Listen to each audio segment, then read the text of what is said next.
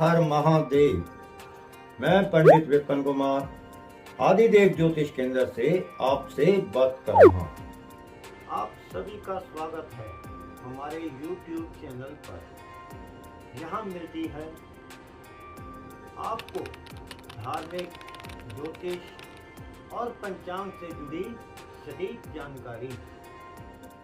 आप सभी को सावन मास की शुभकामनाएं। वैसे तो भगवान शिव की पूजा अर्चना कभी भी की जा सकती है, परंतु सावन मास में की गई पूजा अर्चना का अपना ही महत्व है। सावन मास में की गई पूजा अर्चना आपको कई गुना फल देती है। यदि आप सावन मास में पूर्ण निष्ठा और श्रद्धा से पूजा अर्चना और व्रत करते हैं तो आपकी भगवान शिव सभी मनोकामनाएं पूर्ण करते हैं। अब मैं आपको सावन मास की व्रत कथा सुनाता हूँ। पूर्व काल में एक नगर में एक वृद्ध स्त्री परिवार सहित निवास करती थी। उसके परिवार में एक पुत्री और 2 पुत्र थे। लड़के दोनों ही बड़े थे, किंतु किसी का भी विवाह नहीं हुआ था। लड़की भी विवाह के योग्य हो गई थी। वह वृद्धा स्त्री परम धार्मिक प्रवृत्ति की थी। उसके निवास स्थान के पास भगवान शिव का एक शिवालय था, जिसमें एक साधु रहता था और भगवान शिव का परम भक्त था। वह वृद्धा स्त्री भी प्रतिदिन स्नान से पवित्र होकर मंदिर में जाया करती थी। एक दिन वह वृद्धा अपने पुत्रों व पुत्री को भी मंदिर में साथ ले गई। पूजा करने के पश्चात साधु बाबा को बच्चों को आशीर्वाद देने को बोली। साधु ने लड़कों को बहुत से आशीर्वाद दिए, परंतु लड़की को कोई भी आशीर्वाद नहीं दिया। वृद्धा ने साधु से हैरान होकर निम्रता से निवेदन किया, हे महात्मा, आपने लड़कों को तो आशीर्वाद दिया, परंतु मेरी प्यारी बेटी को आशीर्वाद क्यों नहीं दिया? साधु ने कहा, मैं इस बच्ची को आशीर्वाद नहीं दे सकता, क्योंकि इसके भाग्य में सुहाग का सुख नहीं है। वृद्ध स्त्री बोली, हे बाबा, कृपा इसका कोई उपाय तो बताइए जिससे मेरी पुत्री को सुहाग की प्राप्ति हो। साधु ने कहा, एक उपाय है, परंतु उपाय अत्यंत कठिन है। यहाँ से 7 समुंदर पार एक रमनीक नामक नगर में सोमपति नाम की एक स्त्री रहती है, जिसके 100 पुत्र हैं। ये बालिका वहाँ जाकर उसकी सेवा में इस स्त्री को प्रसन्न करे। अगर वह प्रसन्न हो गई तो अवश्य ही सुहाग सुख प्राप्ति का आशीर्वाद दे देगी। साधु के कथनानुसार वह वृद्धा स्त्री परिवार सहित भगवान शिव के सहारे घर से निकल पड़े और 6 समुद्रों को पार करके उन्होंने भगवान की कृपा से आसानी से किश्ती में बैठकर पार कर लिया। 7वें समुद्र में कोई किश्ती नहीं थी।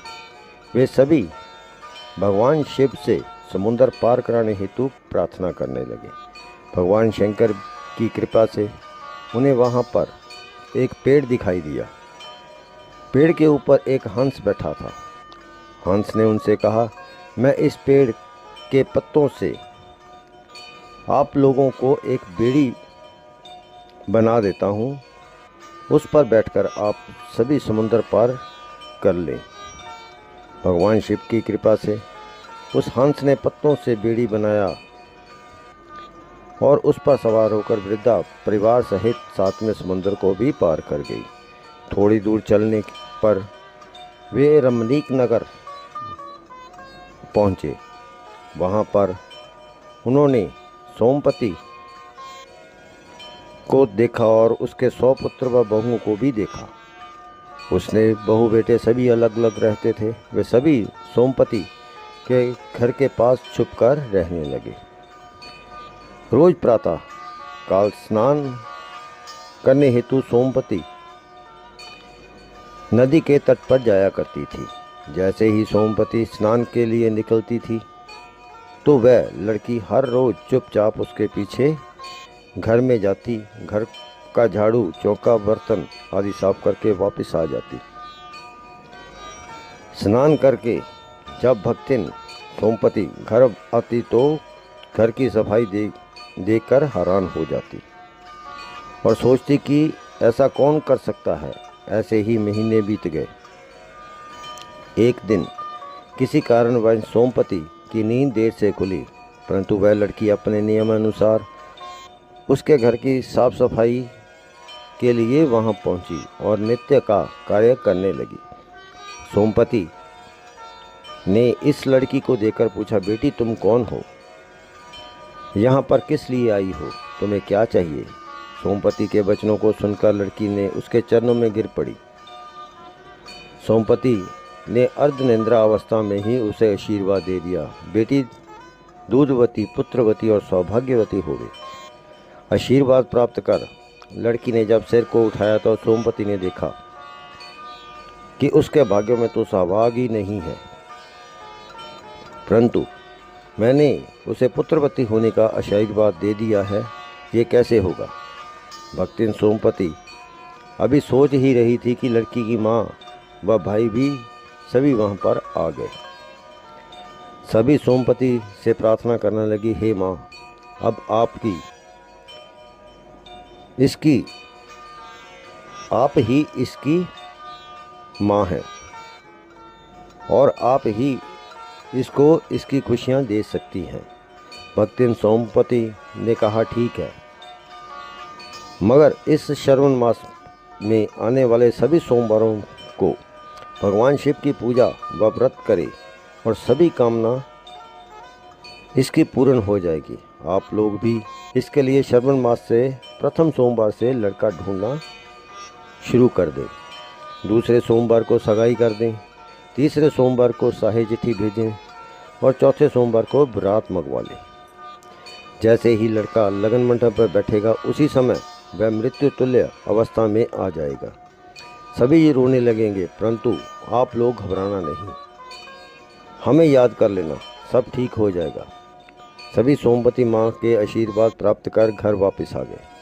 माँ सोमपति के कथनानुसार वह लड़की श्रावण मास का सोमवार का व्रत करने लगी। सावन के पहले सोमवार को उसकी माँ और भाइयों ने लड़का देखा। दूसरे सोमवार को धूमधाम से सगाई की। तीसरे सोमवार को साहे चिट्ठी भेजी और चौथे सोमवार को बाजे गाजे के साथ बारात आ गई। जब लगन का समय आया तो लड़के को लगन मंडप में बुलाया गया। लड़का लगन मंडप में जैसे ही आसन पर बैठा तो वह मृत्यु तुल्य अवस्था में आ गया। बराती व लड़की के रिश्तेदारों में कोहराम मच गया, सभी रोने लगे। लड़की मन ही मन में भगवान शंकर व पार्वती को याद करने लगी, हे भोलेनाथ कृपा कर, मेरे सुहाग को जिंदा कर। लड़की की माँ व भाई परिवार सहित माँ सोमपति को याद करने लगे। उनकी पुकार माँ सोमपति के कानों तक जा पहुँची। उसी समय माँ सोमपति ने अपने सभी बहुओं और पुत्रों पर जल छिड़ककर उन सभी को सुला दिया। उनको सुलाने के पश्चात वह अपनी पड़ोसन के पास गई और उसको कहने लगी कि कोई भी हमारे पुत्रों व बहुओं को ना जगाए। अगर कोई जगाएगा या कोई जाग गया तो वह मर जाएगा। इतना कहकर सोमपति वहाँ से चल पड़ी। सोमपति ने अपने 100 पुत्रों व बहुओं की आयु में से थोड़ी थोड़ी आयु जल के रूप में उस लड़की के सुहाग पर छिड़ककर उसको जीवित कर दिया। लड़के के जीवित होते ही शादी की सभी रस्में पूर्ण हो गई। सभी बहुत प्रसन्न हुए। शादी संपन्न होने के बाद माँ सोमपति से आशीर्वाद लेकर डोली विदा कर दी गई। उसके बाद माँ सोमपति अपने नवग्रह को चली गई। वह लड़की प्रतिवर्ष श्रावण मास के सोमवार का व्रत करने लगी। उसके परिवार में किसी वस्तु की कमी ना रही। सभी खुशपूर्वक जीवन व्यतीत करने लगे। जिस तरह भगवान शिव ने उस लड़की के सुहाग को जिंदा किया था, इसी प्रकार भगवान शिव की कृपा से सबका भला हो और भगवान शिव सबकी समस्त मनोकामनाएं पूर्ण करें। आशा करता हूँ आपको मेरा वीडियो पसंद आया होगा। यदि आपको मेरा वीडियो पसंद आया, लाइक और शेयर करें, मेरे चैनल को सब्सक्राइब करें। हर हर